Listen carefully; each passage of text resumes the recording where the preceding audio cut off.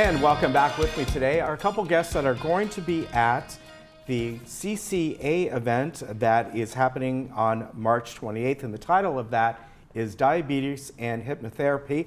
I'd like to welcome Karen Pollock. Welcome. Nice to have you here today. And also Jonathan Fisher, and you are a hypnotherapist. So welcome to both of you. Thank you. Great to have you here today. Great to be here. So let's talk about talk with you first.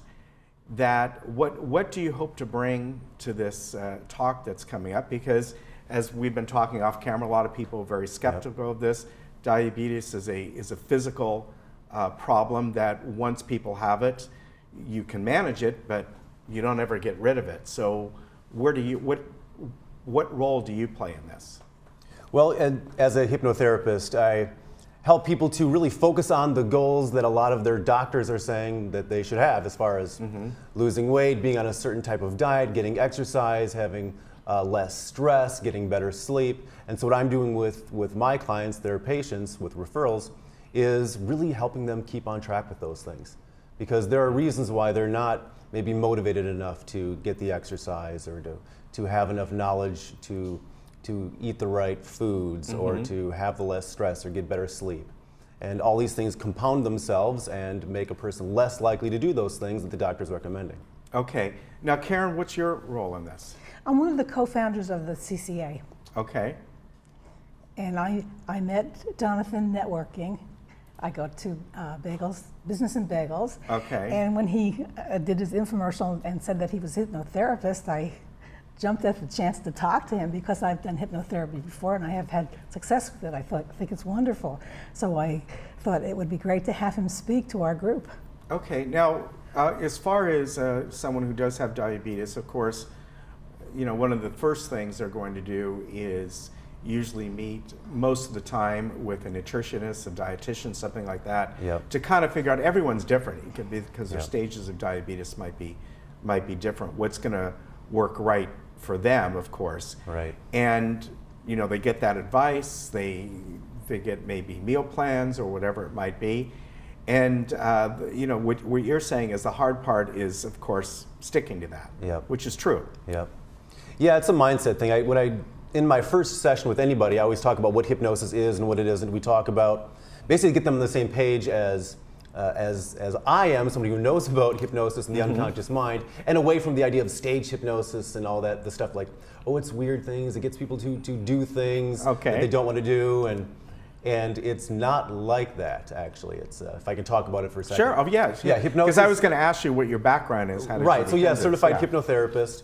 And I've actually been going by hypno coach lately because I'm not a therapist. We're not working on mental health issues per se. I mean, I sometimes with a referral. Right. But it's coaching, but I'm using hypnosis along with that.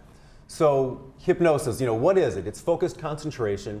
It's a real thing that's happening in the brain. There's a billion double-blind studies that are showing it's effective. And what it's really doing is harnessing this thing that's happening, this natural state that's happening all the time. Happening when we're maybe missing an exit on the freeway, when we're absorbed in a book, just before we're falling asleep at night. So it's this real state where we're just kind of between waking and sleep. Sometimes we'll say things like deep sleep or sleep, and it's not sleep. The person's totally aware. I can't make them do something that's against their morals or personality or ethics, so I can't do the bark like a dog. Yeah. Which why would I give my client a suggestion like that? Because unless they're coming in like they're an actor, want to bark like a dog, but there's no reason to do it, and they wouldn't, because they can't be made to do something they don't want to do. But really what it's doing is hypnosis bypasses the critical mind. It's the part that, it's our version of being logical and rational, and it's the part that stops us from making those changes, like eating healthier, losing weight, getting better sleep, having less stress. If we're talking type 2 diabetes, it's usually an older person. And then it's all the things like maybe it's chronic pain that they're dealing with. So then maybe they don't want to exercise. So then we're working on the chronic pain so that they can exercise. All these things get handled. It's not just a few things. And it's now they have friends who can't walk with so-and-so, or maybe people are dying and then they have depression and sadness. We're working through all these things to help them with the diabetes, and something like type 2 could possibly reverse itself if you get a handle on your diet, you handle on your weight, that, you know, it's not Is like this type 1. hypnotherapy? Is this sort of an offshoot from psychology, or like when you started this, when you went to school for Right. this? Did you start as a psychology major or something? I'm I totally did, unaware. actually. Okay. Yeah, I wouldn't have had to, but I actually was a psychology Okay. major, so I actually saw my first stage hypnosis show my last year of high school, okay. and then like 2 years later, I saw my professor, who was a clinical psychologist and saw clients in college in a psychology class, hypnotize a student. So I got to see the therapeutic side of hypnosis at a young age and got to see, oh, this is something that's valid. It is used therapeutically. Okay. So that is my background as far as education, but really I went to a nationally accredited hypnosis school for what I'm doing. All right. Yeah. Now, Karen, how did this help you out? And was this Jonathan that helped you out, or someone No, else? actually, I did hypnotherapy about 20 years ago. Oh, okay. I wanted to lose weight. Okay. And I was networking with another hypnotherapist. Oh, and okay. everybody was going to him. And the goal was to lose 8 pounds in 1 month, 2 pounds a week through hypnotherapy. And what he did was he trained my brain to what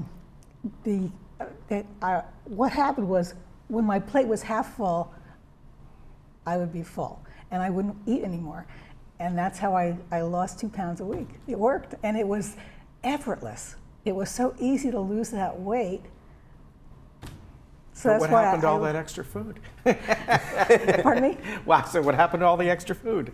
I'm I just saved teasing. it for the next day. So when somebody coming up to this seminar or talk, whatever you want to call it, coming up on March 28th, what is some of the stuff that you are going to pinpoint and talk about? Because you know, you might have several hundred people there, whatever it might be. Yep. So you're talking to all of them. Are you just going to be there basically telling them how this can possibly benefit them? I mean, it just so happens that although it is about diabetes, the things that are involved in diabetes happen to be the things that people come to me for, like losing weight and sleeping better and okay, exercising. So the overlap is almost complete. I talk a lot about how the mind works, how we accept suggestion, how we learn things, whether it's beliefs and behaviors.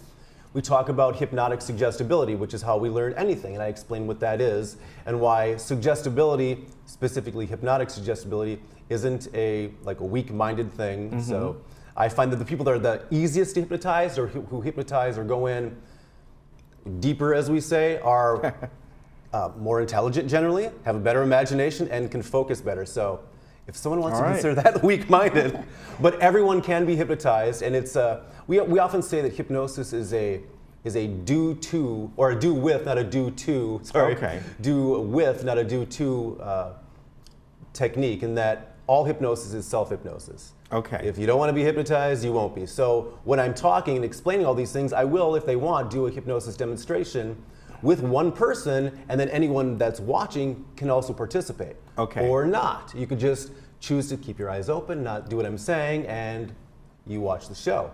And what it is a demonstration, so it's not like your typical hypnosis show in that obviously we're not getting someone to do ridiculous things. It's general suggestions of sleeping better and relaxation, because we're not doing therapy in front of a group. We're just showing that this is a simple, powerful thing that everybody has, meaning their unconscious mind. It's 90% and it's driving the show. So okay, all right. Yeah. So again, this is happening on March 28th at Clubhouse 5, and Dr. Sadehi, who will be there, she couldn't be here today, but she will be there as well. She's internal medicine. In fact, I know she's been on our show a few times because I recognize her name. So perfect. Yeah, she'll be there as well. All right, so again, March 28th, and if you want more information, you can go on our club pages to the CCA and find out that.